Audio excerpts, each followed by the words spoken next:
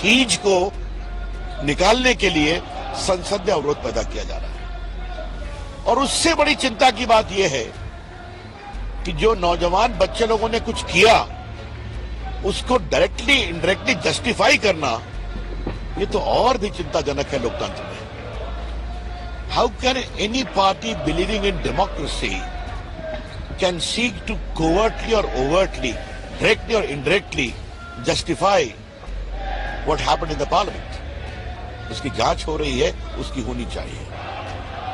तो इसका मतलब यही है कि विपक्ष के लोगों को मालूम है कि उनको विपक्ष में ही बैठना है, इसलिए अपने चाल, चिंतन और सोच में कोई बदलाव नहीं कर रहे। तो उनकी संख्या और छोटी होने वाली है, इसलिए उनका पूरा व्यवहार, आचरण भी उसी प्रकार का है। ये बहुत दुर्भाग्यपूर्ण है। लेकिन प्रधानमंत्री ने एक बात को बहुत विशेष रूप से कहा कि हम अपना वाणी संयम रखें, हम लोकतांत्रिक मान्यताओं पर चले और लोकतांत्रिक आचरण के अनुसार जो हमसे अपेक्षा की जाती है उसको पूरा करें, बिल पर अपनी बात रखें, चर्चा करें। एक बात उन्होंने कही। प्रधानमंत्री जी ने एक और बहुत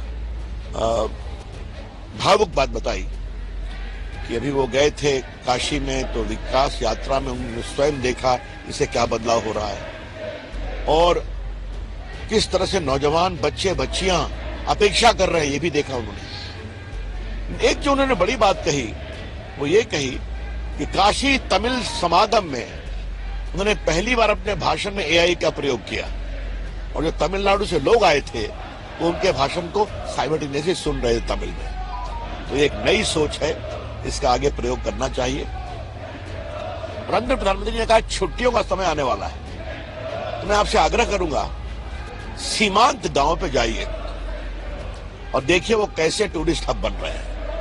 उन्होंने विशेष रूप से गुजरात के ढोरा गांव की चर्चा की, क्षमा करिए, जो सरहद के पास है पाकिस्तान के पास, और उस गांव को ग्लोबल टूरिज्म का बेस्ट अवार्ड मिला है। तो ऐसे गांव में जाना और प्रोत्साहित करना, पार्टी की ओर से मैं यही कहूंगा कि आज प्रधानमंत्री के भाषण से हम लोग बहुत उत्साहित हैं। एक तरफ निराशा है, हताशा है, अवरोध है, एक तरफ आशा है, विकास है और हिम्मत से काम करने का जज्बा है। ये स्पष्ट लगा, तो हम सभी पार्टी की ओर से प्रधानमंत्री का बहुत अभिनंदन करते हैं। उन्होंने जिस तरह का मार्गदर्शन किया। और एक अंतिम बात जो उन्होंने कही कि जो 18 साल के पहले वोटर बनेंगे वो 10 साल से हमें ही देख रहे हैं, विकास, इंडिया का दुनिया में चमकता हुआ व्यक्तित्व, उनको अतीत की जानकारी नहीं है। तो हम लोग इस बात की चिंता करें कि नए वोटर्स को, जब वोटर्स डे का कार्यक्रम होगा तो अतीत में इस देश में क्या क्या हुआ और अभी क्या बदलाव हुआ है ये बताने